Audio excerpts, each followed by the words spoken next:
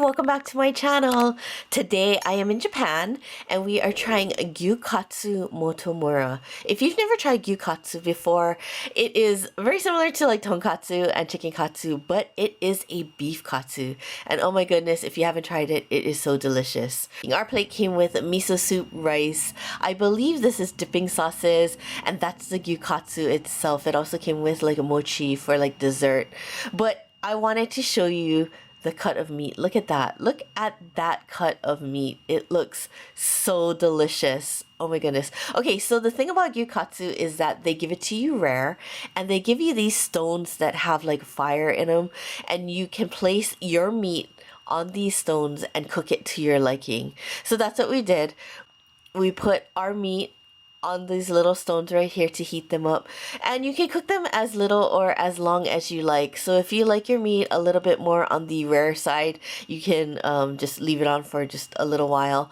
But if you like your meat obviously a little bit more well cooked, you can obviously leave it longer. It is really fun. It's pretty interactive, and these stones, they heat up pretty fast. As you can tell, one side of the meat is already browned, as you can see. But okay, so I like my meat like browned like that on the outside, but I don't like the inside of my meat like fully cooked, like well done, where it is dry and like tough, if you know what I mean. So anyway, I dipped my meat into the dipping sauce, and when I took a bite, oh my goodness, it was so delicious. I kept the middle of my meat like pink. So I didn't cook it that long. As you can see, the middle of my meat is still like on the pink side, which was actually perfect.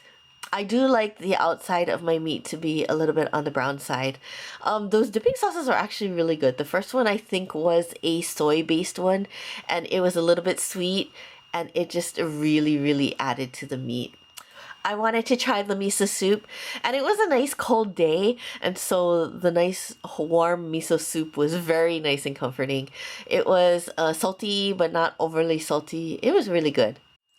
So this was my cabbage salad, and what I really appreciated is that they had the dressing on the table, so we could put as much or as little as we wanted. The dressing was so good. It was like a sesame seed, sesame based dressing that was a little bit sweet, and it had a little bit of like ginger in it, I think. But I think that the most fun part of the meal was actually getting to cook the meat. As you can see there, Wesley is cooking his meat, and I love that char. Look at that char on the top. It is just absolutely perfect. But I think that the thing about it that made it the most rewarding for us was that it was not just an eating experience, but it was like a full immersive experience that we could enjoy. Okay, so the last thing that they gave us was this mochi, and I wasn't quite sure what it was at first. It was a little softer than mochi, but it was definitely in kinako, which is like the soybean powder that you put in mochi. When I ate it, I was like, it was really good. It was nice and soft. It was a little softer than mochi that I'm used to, but it really went well as a nice capper to the rest of the meal.